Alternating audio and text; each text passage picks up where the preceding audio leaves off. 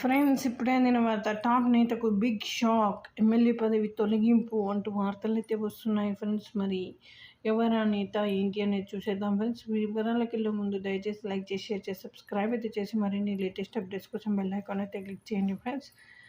చాలామంది చూస్తున్నారు కానీ లైక్ చేయడం లేదు. ప్లీజ్ ఫ్రెండ్స్, లైక్ చేయండి, మీ సపోర్ట్ అనేది కావాలి.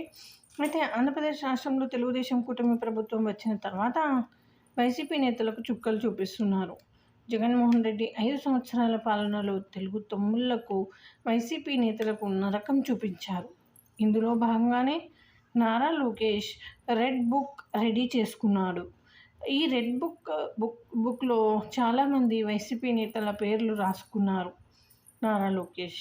ముఖ్యంగా మాజీ మంత్రి పెద్దిరెడ్డి కుటుంబం పేర్లు అందులో ఉన్నాయి.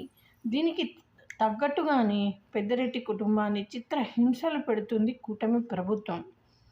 అసలు వాళ్ళ సొంత నియోజకవర్గం అయిన పుంగనూరులో కూడా పెద్దిరెడ్డి కుటుంబ సభ్యులు అడుగుపెట్టకుండా టీడీపీ నేతలు అడ్డుకుంటున్నారు. అయితే ఈ నేపథ్యంలో మాజీ మంత్రి పెద్దిరెడ్డికి మరో ఊహించని షాక్ తగిలింది.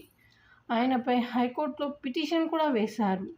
ఎన్నికల సమయంలో తన అఫిడవిట్లో ఆస్తుల వివరాలు తప్పుగా పెద్దిరెడ్డి చూపించారని టీడీపీకి చెందిన ఓ వ్యక్తి హైకోర్టులో పిటిషన్ దాఖలు చేసినట్లు వార్తలు వస్తున్నాయి.